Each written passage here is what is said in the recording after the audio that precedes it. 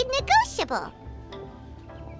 Look, Traveler, an urgent hiring notice and they're paying top Mora, too! Oh, Paimon likes the sound of that. You're right, it is strange. Do you think something happened to Yanxiao? Because that guy barely lets anyone ever set foot in his kitchen. Doesn't exactly seem like the type to hire help.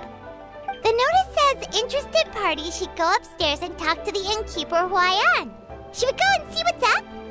Yeah, and we can ask about the pay while we're at it.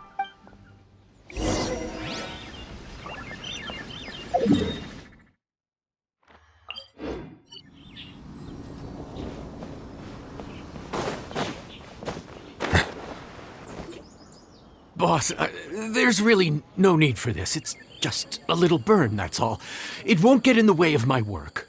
Perhaps not, but continuing to work will only hinder your recovery.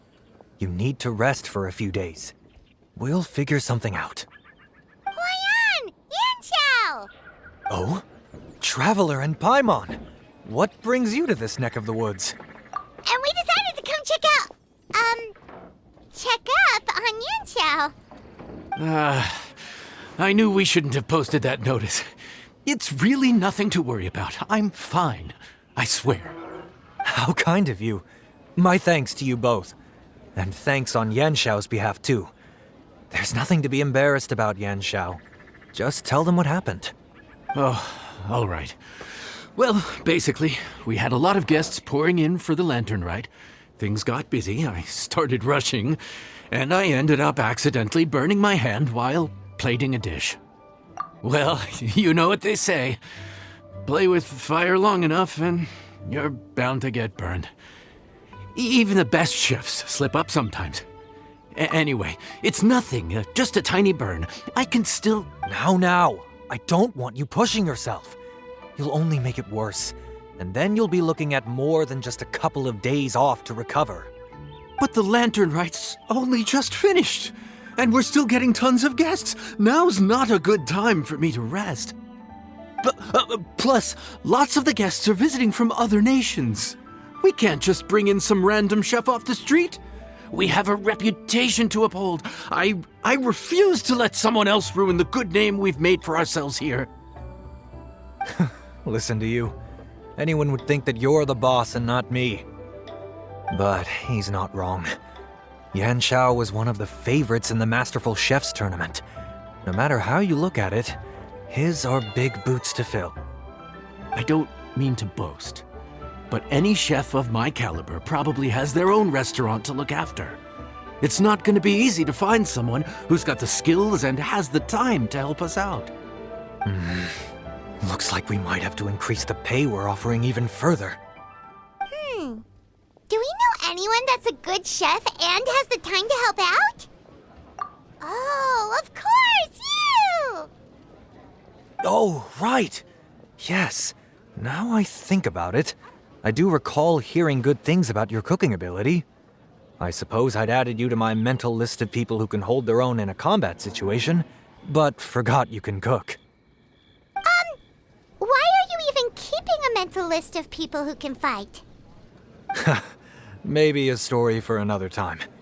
More importantly, I'm sure Yanxiao would be comfortable leaving his kitchen in your hands, if anyone's. What do you think, Yanxiao? Well, since it's you, I suppose that's better than anyone else. What do you think, Traveler? Should we do it? I did say that, didn't I? Well, I'm a man of my word. You'll be compensated generously for your work. I should warn you that cooking for customers is quite a different ballgame from cooking for yourself, so I'll stick around the kitchen over the next few days to help smooth things over. Oh, so he's not leaving the kitchen after all? I believe there's some spare kitchenware here at the inn. Boss, would you mind? Of course. I'll take care of it.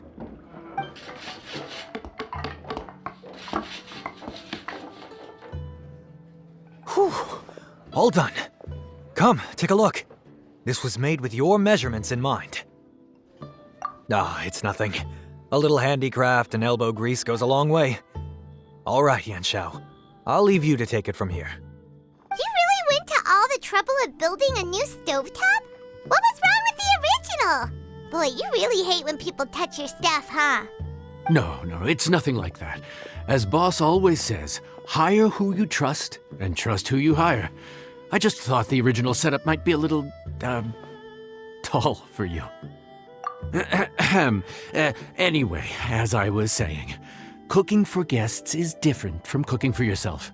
Not only do you have to execute on taste, aroma, and appearance, but you also need to ensure speed, precision, and consistency.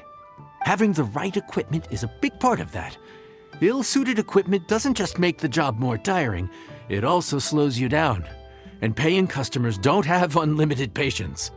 Sometimes cooking is all about being well prepared. That's how you ensure speed. Okay, and what about precision and consistency? Precision all comes down to using your eyes. Where to slice into a particular cut of meat, how much oil to use, how to tell when a dish is done cooking. When you cook for yourself, you can always add salt if it's too bland or add water if it's too salty. You can tweak the taste as you go, but in a restaurant, there's not that much room for trial and error. Worst case scenario, Paimon can deal with any subpar dishes by making sure they get properly disposed of. The final thing you have to focus on is consistency. You have to be able to handle the most challenging orders with the same level of technique and skill as the easiest ones. This is particularly important when you have guests from all over, each with their own tastes and preferences. You have to cater to their own dietary needs while also giving them the opportunity to enjoy our local delicacies. This last point is making Paimon's head spin.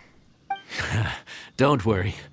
Matter of fact, someone as well-traveled as you may even have a better handle on it than me once you get started. And of course, I'll be around to help you over the next few days. I don't think we'll have any trouble making all our guests feel right at home.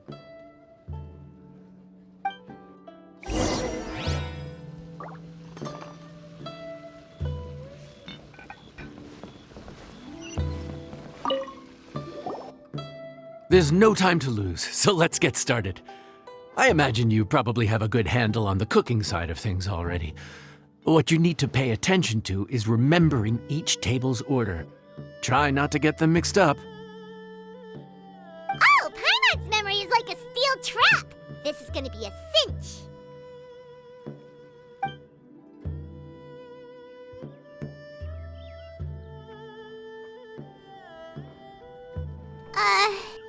Which ticket are we on again? Table 1 was onions, but no chilies. Table 2 was chilies, but no onions. And table 3 was, table 3 was chilies, but hold the chilies? Ah! Was Paimon just sleep floating? We didn't even get a break in the middle. Paimon's brain has turned to mush. Is it always this busy here? No, but this is peak season. You both did a mighty fine job for your first time serving guests at the inn. Luckily, all our customers were familiar faces this time around, so we didn't get any strange requests. Otherwise, today would have been even more challenging. No strange request? Someone asked for almond tofu drizzled in soy sauce. Even Paimon has never tried that combination. It's a wide world out there. People have all kinds of different tastes. Being able to cater to all is the real essence of Liyue cuisine. Also, the thing about requests is that they're usually very specific. So as long as you do what they asked, you're unlikely to have any issues. What's really tricky is when guests give you free rein to do anything you want. Excuse me. Are you still open by any chance? Huh? Paimon knows that voice. Let's go check it out! What should we do? It doesn't look like anyone's here. If only we'd gotten here a bit sooner. It's all right. If we start building a campfire now, we'll be eating before too long. Right. Besides, if anyone's to blame, it's Linny. So busy being a greedy culture vulture that he lost track of time. Linny, Lynette, Fremine, it is you! Paimon? So, is the Traveler here?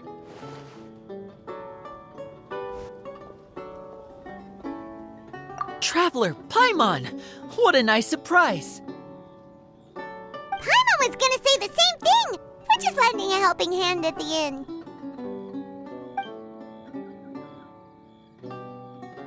Anyway, so that's how we ended up here. But what about you guys? Don't tell us. Father sent you on another mission? No, quite the opposite, actually. We're in Liyue on vacation, and while we're here, I thought a cultural tour might be in order. Father said we deserved some rest after everything that happened recently. Otherwise, it could jeopardize our next mission. It's not every day we get this kind of opportunity. Linny thought it might be fun to spend some time in Liyue, especially since it's Lantern Rite season.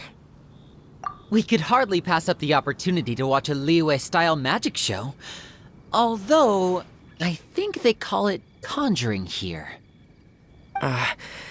In our time here, we've seen conjuring tricks incorporated into a Liyue opera show, and even a wushu dance. It was amazing. So, we decided to stay here for a few more days to see what other forms of inspiration this land might have in store for us. We visited Granny Roshin in Chingsa village not long ago, and today we continued our cultural tour in the area around here.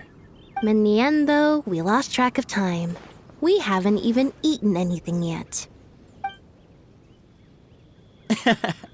And speaking of eating, as you know, seafood is a big part of both Liyue and Fontaine cuisine, but it's cooked very differently here. We simply had to try some local seafood after coming all this way. That's another reason why we decided to extend our trip. Oh, need any recommendations? What have you tried so far? That fish one with the misleading name. Sounds bland, but it's drowning in hot chilies. Oh, you mean blackback perch soup? You're right, the name doesn't give much away. It looked and smelled so appetizing that Lynette took a huge mouthful, blissfully unaware that she was about to set her mouth on fire. She could barely speak for the rest of the day after that. Luckily, that wasn't a huge adjustment for her.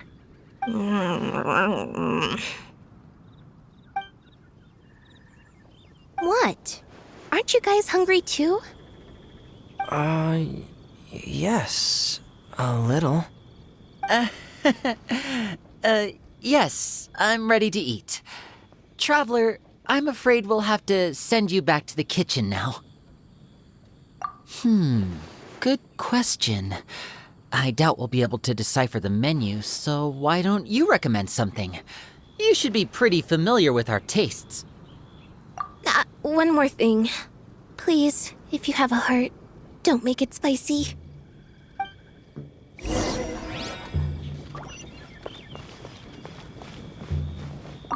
I thought the blackback perch stew was actually pretty tasty.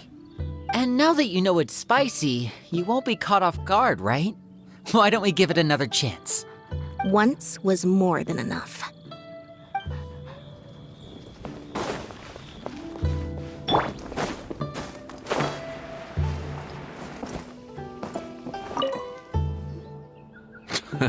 Fontaine, huh? No wonder they can't handle too much spice.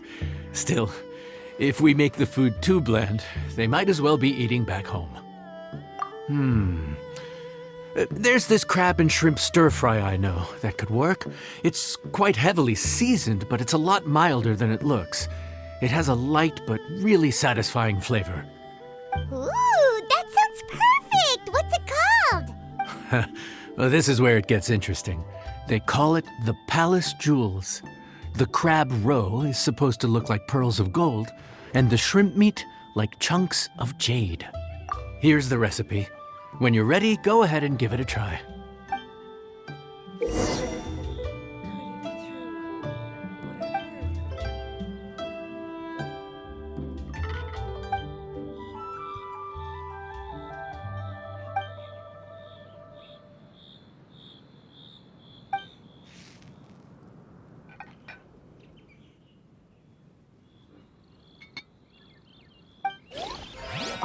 crab grow like pearls of gold, shrimp meat like chunks of jade. Whoever wrote this recipe had quite the imagination.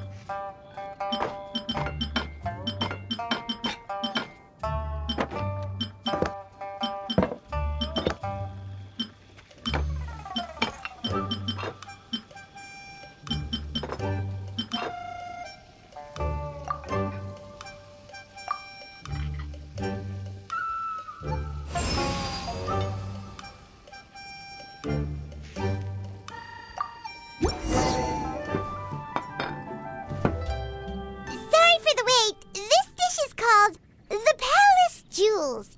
Enjoy.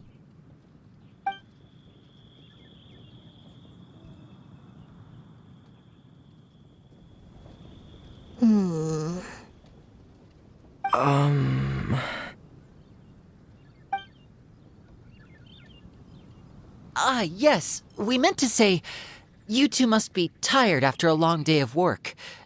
Do you want to eat with us? Oh, now that you mention it, Paimon is a little hungry. Well, if you insist, then who are we to refuse? Oh, right, of course. You're still our customers. Why aren't you eating? The sauce looks a little overpowering. According to Liyue custom, it's probably good table manners to let someone else go first.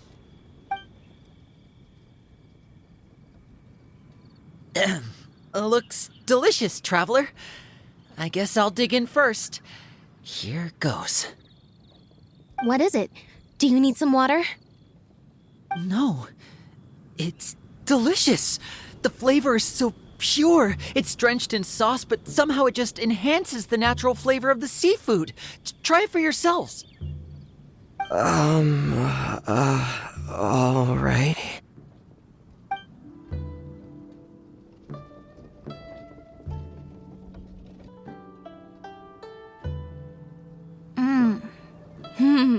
What is that? Crab roe? Yep, you have quite the palate, Lynette. No wonder it pairs so well with the shrimp meat. I've never seen it prepared this way before. According to the creator, chewy crab complements succulent shrimp, making a spectacular seafood ensemble with a succulent flavor and luscious mouthfeel.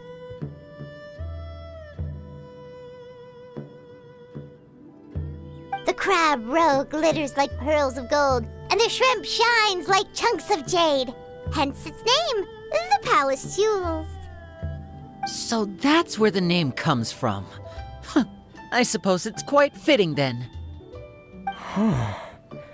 Was Paimon always this well-spoken? This dish must be right up your alley, Lynette. Huh? It's I heard that in Liyue, the biggest compliment you can pay to the chef is to leave a clean plate. It's delicious. Thank you ever so much. Wait, don't fight over it! Hey, leave some for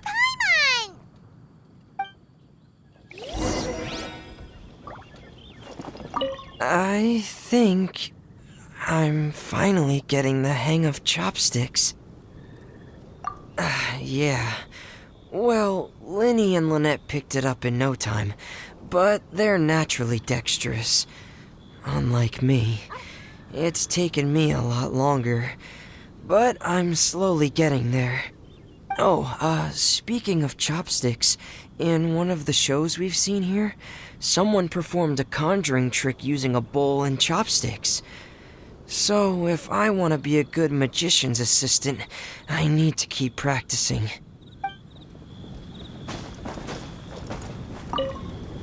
Lynette's not usually so forthcoming about what she likes.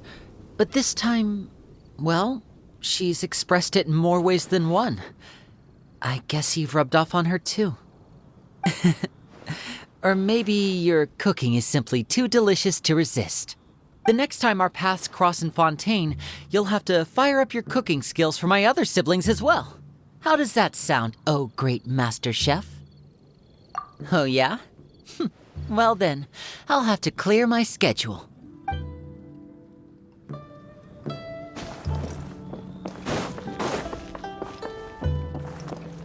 Calorie surplus detected. Digestion mode engaged. Yeah. Well, Linny and I are usually careful about what we eat because we have to stay in performance shape. That, plus it's generally bad manners to overindulge at the dinner table. But once in a while, it's nice to treat yourself in the company of family. Besides, if I'd waited until my brothers were finished trying to out-polite each other, the food would have gone cold.